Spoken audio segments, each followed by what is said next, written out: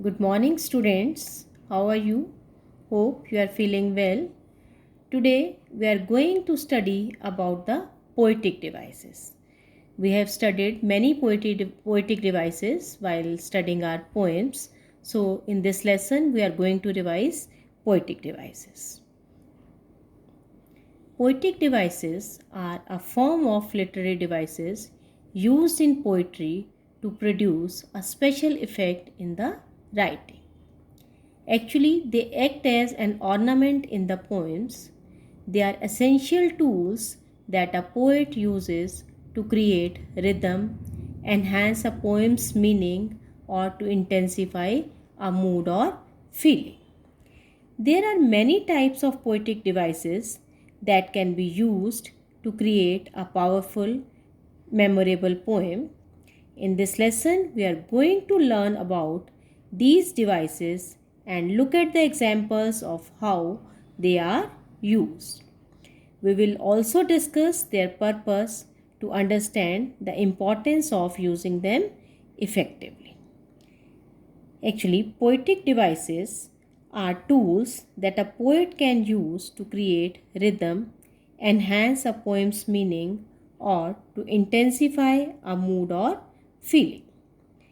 These devices help piece the poem together much like a hammer and nails join planks of wood together. Some of these devices are used in literature as well, but for the sake of clarity, we will look at all of these devices through the lens of poetry. So, first of all, we'll see about various devices like simile, metaphor, alliteration, personification, repetition, oxymoron, irony, etc. And some more devices are onomatopoeia, pun, hyperbole, refrain, allegory, anaphora, apostrophe. So we'll study these poetic devices one by one. So first of all, simile. Simile is a figure of speech that directly compares two things, or we can say it compares two unlike things. For example, he fought like a lion. The cake was as thin as a wafer, or as white as snow, as black as coal. In all these examples, we have seen that the two entirely different things, they are compared by using word as or like.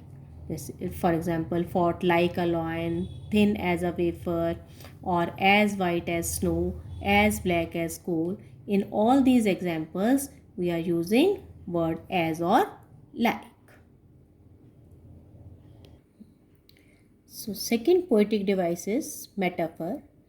Metaphor is a figure of speech that makes a comparison by directly relating one thing to another unrelated things. Unlike similes, metaphors do not use words such as like or as to make comparisons. Writers use metaphor to add color and emphasis to what they are trying to express. For example, if you say someone has a sea of knowledge, so you are using a metaphor here to express how smart or educated they are. Some other examples of metaphor are he was a lion in the battle, or wind god. She was a rock star at our last business presentation, or all the world the stage. In all these examples, we see that here two unsimilar things, they are directly compared without using as or like.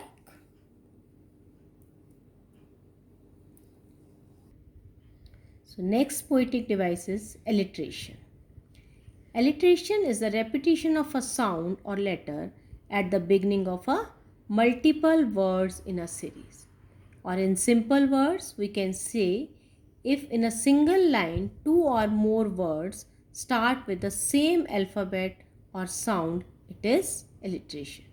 For example, in the poem In the Legend of Northland, we have seen funny furry claws, or of a cottage chamber bed, darling dreamers.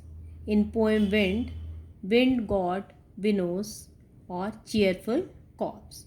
Here we see that two or more words they are starting with the same alphabet.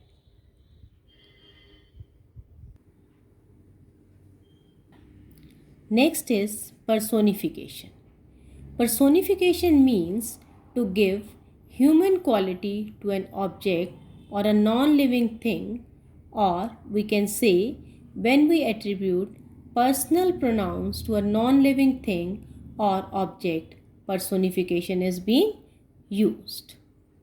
For example, in the poem Mirror, I am silver and exact. I have no preconceptions. Whatever I see, I swallow immediately. Here, the poet has personified a mirror because the mirror is describing itself. So, pronoun I is being used for mirror. Again, another example is I am dotted silver threads dropped from the heaven by the gods. Nature then takes me to adorn her fields and valleys. Here also, the poet has personified rain that described itself as dotted silver threads from heaven. Another example, in the poem Wind, he won't do what you tell him. Here, wind is personified and the pronoun he is used for wind.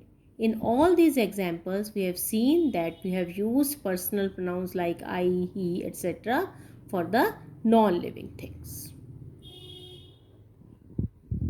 Next comes repetition.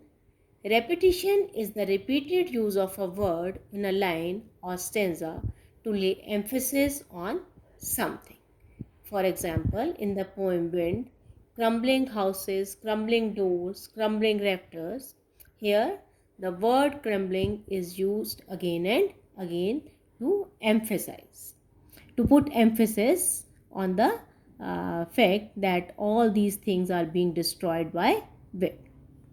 In the poem In Legend of Northland, and rolled, here the word rolled is used again and again. Another example is in a poem on killing a tree, phrase pulled out is used again and again to provide the effect of repetition. Next is oxymoron. It is a device when apparently contradictory terms they appear in conjunction. Here the words they are not opposite to each other but their meaning is opposite. For example, in pale moonlight, dismal sheen, heavy lightness, loving hate, in cold sunlight. Here all the words which are used together in conjunctions, they are opposite in their meaning. For example, dismal sheen, dismal means sad and sheen means shine, which is referred to brightness. So here two contradictory things are being used. Heavy and light, again they are contradictory things. Loving and hate, they are also contradictory things. In cold sunlight, sunlight is considered for warmth, and in cold sunlight the words are being used together but their meaning is opposite. So oxymoron is being used here. Next poetic device is irony. It is the expression of one's meaning by using language that normally signifies the opposite, typically for humorous or emphatic effect. For example, the student was given excellent on getting 0 in the exam. His friend's hand was as soft as a rock. The new manager is as friendly as a rattlesnake. The doctor is as kind-hearted as a wolf. So all these expressions they are used to put an humorous effect on the sentence. So thank you students. Next poetic devices we will do in our next lesson.